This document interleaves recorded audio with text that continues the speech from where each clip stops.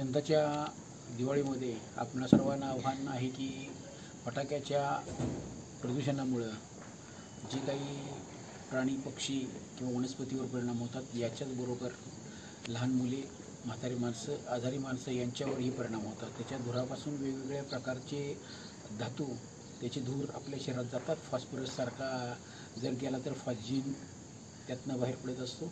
Oxygen नावाचा रोग त्यातनं होऊ शकतो. मॅग्नेशियममुळं, झिंकमुळं किंवा कोबाल्ट, निकेल किंवा अँटीमनी असेल यासारखे पदार्थ त्याच्यामध्ये वापरलेले असतात.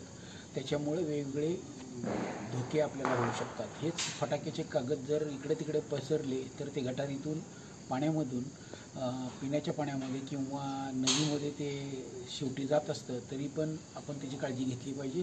म्हणून मोठ्या आवाजाचे फटाके वाजवू नका, छोट्या आवाजाचे फटाके वाजवा आणि आपली दिवाळी साजरी करा. त्याचबरोबर आपल्या परिसरामध्ये त्याच्या आवाजानं पक्ष्यांच्यावर, प्राण्यांच्यावर परिणाम होतातच, परंतु प्राण्यांची किंवा येणाऱ्या जाणाऱ्या वाहनांची काळजी घ्या. मोठी माणसं असताना आपल्याला ते फटाके वाजवावे लागतील.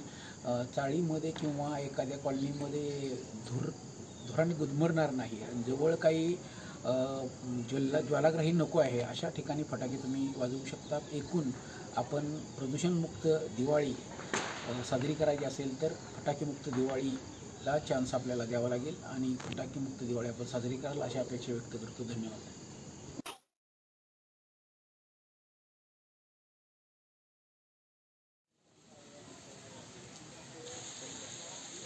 विपनेट क्लबतर्फे फटाके मुक्त दिवाळी याच्या संदर्भात आंदोलन त्यासाठी ह्या विद्यार्थ्यांना हे प्रदर्शनाद्वारे जनप्रबोधन करण्याचं चाललेलं आहे. त्यामध्ये फटाक्यांच्या धुरामुळे काय होऊ शकतं किंवा फटाक्यांच्या मध्ये असणाऱ्या तांबे, अंटीमनी यासारख्या घटकांच्यामुळे काय परिणाम होऊ शकतो हे दाखवण्याचा प्रयत्न या